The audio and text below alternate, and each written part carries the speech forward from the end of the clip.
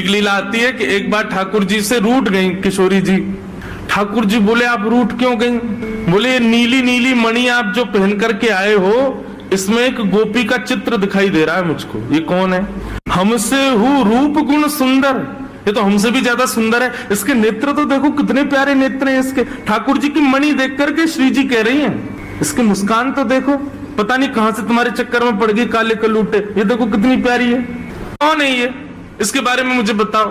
मान करके रूठ करके बैठ गई। इतने में ललिता जी आई, किशोरी जी की सखी। ठाकुर जी से बोली, कहा भयो आज श्री जी नाराज क्यों है?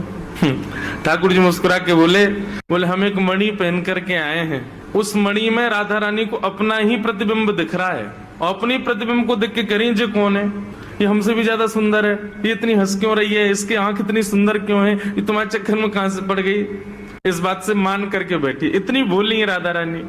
तो राधा रानी मान करती हैं, पर एक दिन किशोरी जी ठाकुर जी से बोली कि आज आप मान करो। ठाकुर जी बोले नहीं आप ही करो, हमसे मत करवा। श्री जी बोली नहीं आप रोज मनाते हो हमको, हम आज मनाएंगी आपको, आप मान करो। ठाकुर जी बोले रहने दो ना, आप बड़ी कोमल हो, कहां तक मनाओगी हमको? नहीं हम मनाएंगी आपको, आप मान करो। ठाकुर जी बोले देख लो हम कर लेंगे, फिर बोले नहीं करो। सोई ठाकुर जी ने मान कर लिया। ठाकुर जी रूठ के बैठ गए श्री जी से। अब श्री जी ठाकुर जी को मना रहे हैं।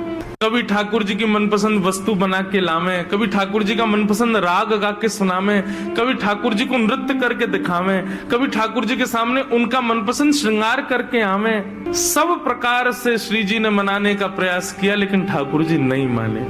और मान लीला का ये नियम है कि सूर्यास्त तक मना सको तो मना लो, सूर्यास्त के बाद मान खत्म हो जाएगा। यदि मान में मना लिया तो मनाने वाला जीत जाएगा, और यदि मान सूर्यास्त तक नहीं मना पाए तो इसने मान किया वो जीत जाएगा। कैसा प्रेम है। सूर्यास्त हो गया महाराज, सूर्यास्त होके श्री जी आके बगल में बैठ गए। बोले ठीक है हम हार गए, अब मान छोड़ दो। लेकिन ठाकुर जी बिना कुछ बोले मान में ही चले गए। श्री जी बोली ये नियम नहीं है, सूर्यास्त के बाद मान खत्म करना होता है, आप तो मान में ही जा रहे हो। ठाकुर जी कुछ नहीं बोले, चले गए नंद भवन।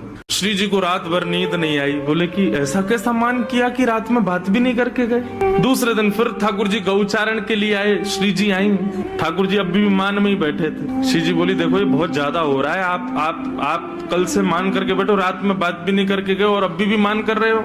फिर श्री जी मनाने लगी, ठाकुर जी फिर नहीं माने, और रात में फिर बिना बात किए चले गए।